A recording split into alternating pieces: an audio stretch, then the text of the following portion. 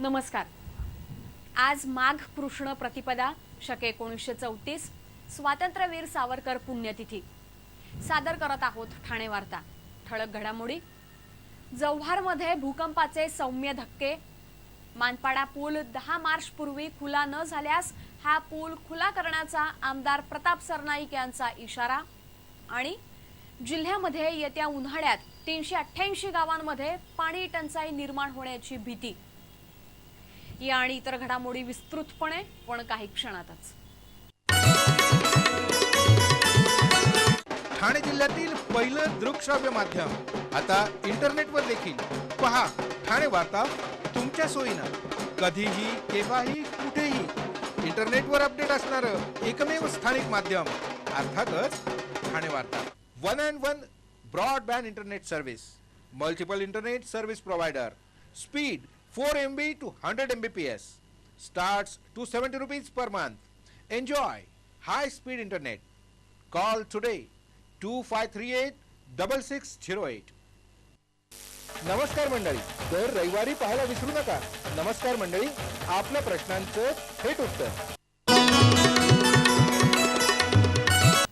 जव्हारला काल पुन्हा भूकंपाचे सौम्य धक्के जाणवले आहेत। जमिनीतून मोठा आवाज आल्यामुळे सर्व नागरिक रस्त्यावर आले होते। काल रात्रीच्या धक्क्यानंतर आज सकाळीही 7:15 वाजता पुन्हा धक्का बसल्याची जोरदार चर्चा होती। गेल्या पावसाळ्यात जवळपास महिनाभर जमिनीतून मोठे आवाज येत असल्यामुळे जव्हारमधील नागरिक भयभीत झाले होते।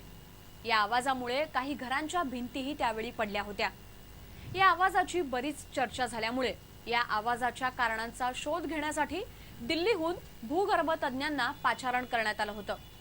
त्यांनीही जिल्हाधिकाऱ्यांना सादर केलेल्या अहवालात जव्हारमध्ये जाणवणारे धक्के आणि जमिनीतून येणारे आवाज हे भूकंपाचेच असल्याचं म्हटलं होतं। परंतु जव्हार हे भूकंप प्रणव क्षेत्रात नसल्याचंही त्यांनी स्पष्ट केलं होतं। पण काल बसलेल्या भूकंपाच्या धक्क्यांमुळे नागरिकांमध्ये संभ्रम निर्माण झाला असून या धक्क्यांची तीव्रता समजू शकलेली नाही। जव्हारच्या आजूबाजूच्या 20 किलोमीटरच्या परिसरात हा धक्का जाणवल्याचं सांगितलं जात आहे। याबाबत जिल्हा आपत्ती नियंत्रण कक्षाशी संपर्क साधला असता त्यांनी जव्हारमध्ये काल रात्री आणि आज सकाळी 2.5 रिश्टर स्केलचे भूकंपाचे सौम्य धक्के जाणवल्याचं सांगितलं।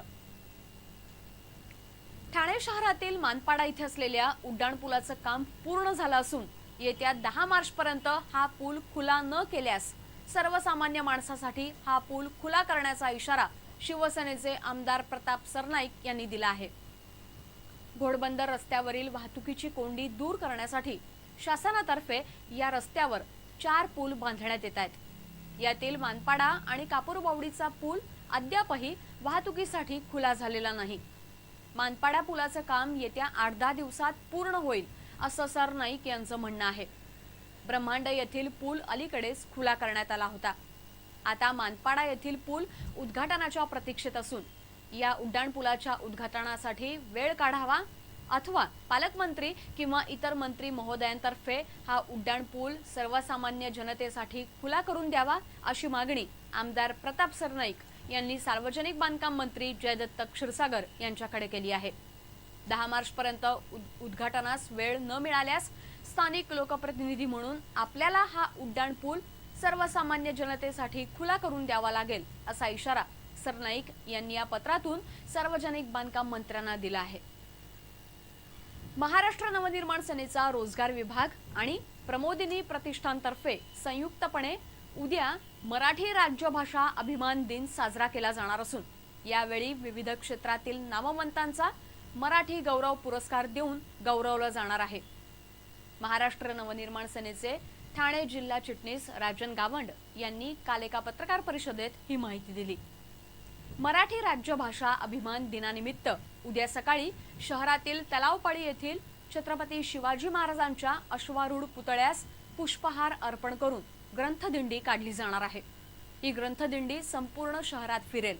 त्यानंतर मराठी राजभाषेची शान आणि अदब राखून सादर होणाऱ्या कलाकृतींनी समृद्ध असलेल्या मराठी गौरव पुरस्कार वितरण सोहळ्यात विविध क्षेत्रात आपल्या कलागुणांनी कीर्तिवंत झालेल्या नामवंतांचा मराठी गौरव पुरस्कार देऊन सन्मान केला जाणार आहे।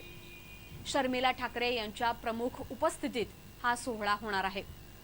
कला क्षेत्रासाठी सुहास जोशी यांना, अभिनयासाठी मंगेश देसाई यांना, दिग्दर्शनासाठी पुरुषोत्तम बेर्डे यांना, नृत्यासाठी फुलवा खामकर, निवेदनासाठी समीरा गुजर, संगीतासाठी सुरेश गायतोंडे यांना, चित्रकारासाठी शांताराम राऊत यांना, साहित्यासाठी अशोक बागवे यांना, लेखनासाठी महेश केळुसकर यांना, सामाजिक क्षेत्रासाठी नजीमा अहमद यांना, शैक्षणिक क्षेत्रासाठी अगो टिळक यांना, वैद्यकीयसाठी डॉक्टर उमेश आलेगावकर यांना, पत्रकारितेसाठी मंदार फणसे, एस रामकृष्णन यांना, छायाचित्रकारासाठी समीर मार्कंडे, रवी सपाटे, उद्योग क्षेत्रासाठी विश्वनाथ पनवेलकर यांना, सुजाता सोपारकर यांना, वास्तुविशारदसाठी विजय लाड यांना, क्रीडा क्षेत्रासाठी मधुरिका पाटकर यांना, सहकार क्षेत्रासाठी TJSB बँक यांना मराठी गौरव पुरस्कार देऊन सन्मान केला जाणार आहे, असं राजन गावंडी यांनी सांगितलं। ठाणे जिल्ह्यातील पहिलं दृकश्राव्य माध्यम आता इंटरनेटवर देखील पहा। ठाणे वार्ता तुमच्या सोयीनं, कधीही केव्हाही कुठेही इंटरनेटवर अपडेट असणारं एकमेव स्थानिक माध्यम अर्थातच ठाणे वार्ता। Club Azure requires staff for new office in Thane. Earn up to 25,000. Basic plus commission plus daily incentives plus bonus. Freshers are welcomed. Call Sandeep 9324 777 468. आपला परिसर स्वच्छ आणि सुंदर ठेवण्यासाठी ठाणे महापालिकेत सहकार्य करा। ओला सुका कचरा वेगवेगळा जमा करा आणि रोगराईपासून मुक्तता मिळवा। तोच भाव, तोच दर्जा, तोच विश्वास। ग्राहकांच्या 52 कसोटीला पात्र ठरलेले जय जी बायकेरिकर ज्वेलर्स, गोखले रोड, विष्णुनगर आणि आता कपिला वास्तू खोपट इथं नवीन शाखेसह आकर्षक दागिन्यांची पिढी जय जी बायकेरिकर ज्वेलर्स। पैठणी, कांजीवरम, एम्ब्रॉयडरी, बनारसी शालू, ओपाडा सिल्क, काथा सिल्क, ऑर्गेन्झा अशा वैविध्यपूर्ण साड्या एकाच दालनात। अगं हो, आईस फॅक्टरी समोर फक्त संगिनी सारीज मध्येच। अय्या, तुम्हाला माहितीये ठाणे जिल्ह्यातील पहिलं दृकश्राव्य माध्यम आता इंटरनेटवर देखील पहा। ठाणे वार्ता तुमच्या सोयीनं, कधीही केव्हाही कुठेही इंटरनेटवर अपडेट असणारं एकमेव स्थानिक माध्यम अर्थातच ठाणे वार्ता। घर मालकाचं पॅन कार्ड आणि बनावट कागदपत्र बँकेत सादर करून कार घेण्यासाठी काढलेलं 9 लाखांचं कर्ज भरलं नाही म्हणून महादेव सकपाळ यांच्या विरुद्ध गुन्हा दाखल झाला आहे। कल्याणचे महादेव सकपाळ हे नितीन माळी यांच्या भाड्याच्या घरात राहतात।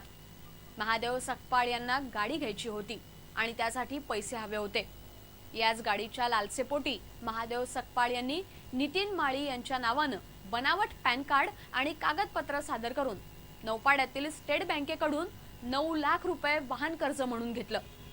सुरुवातीस 2-3 हप्ते भरल्यानंतर त्यांनी हप्ते भरणं टाळलं।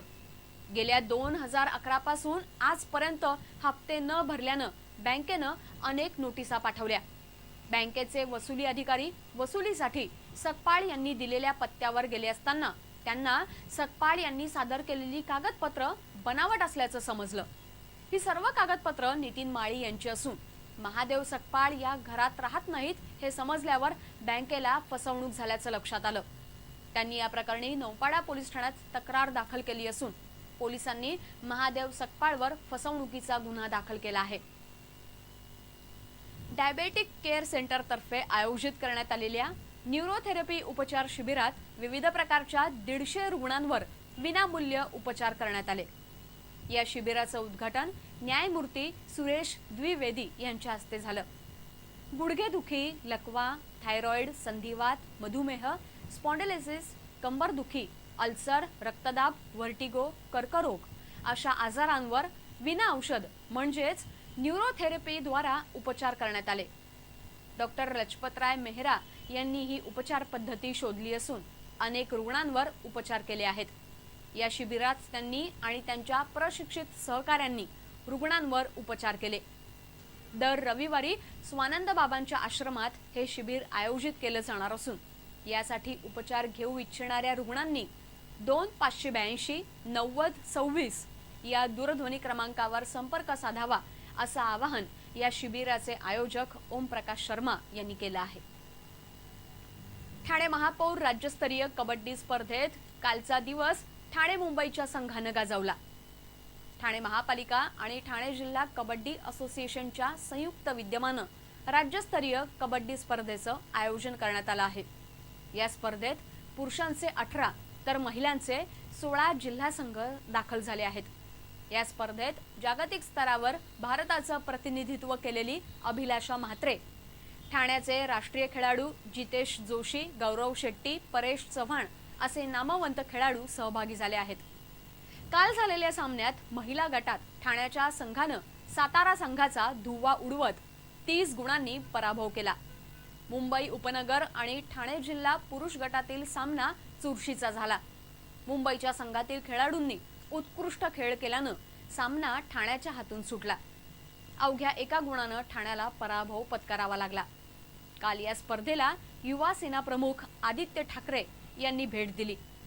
तुम्ही खेळाचं मैदान गाजवा, नोकरी करा अथवा राजकारणात गेलात तरी प्रत्येक ठिकाणी आत्मविश्वासानं काम केल्यास तुम्ही जीवनात यशस्वी व्हाल असा सल्लाही आदित्य ठाकरे यांनी यावेळी दिला.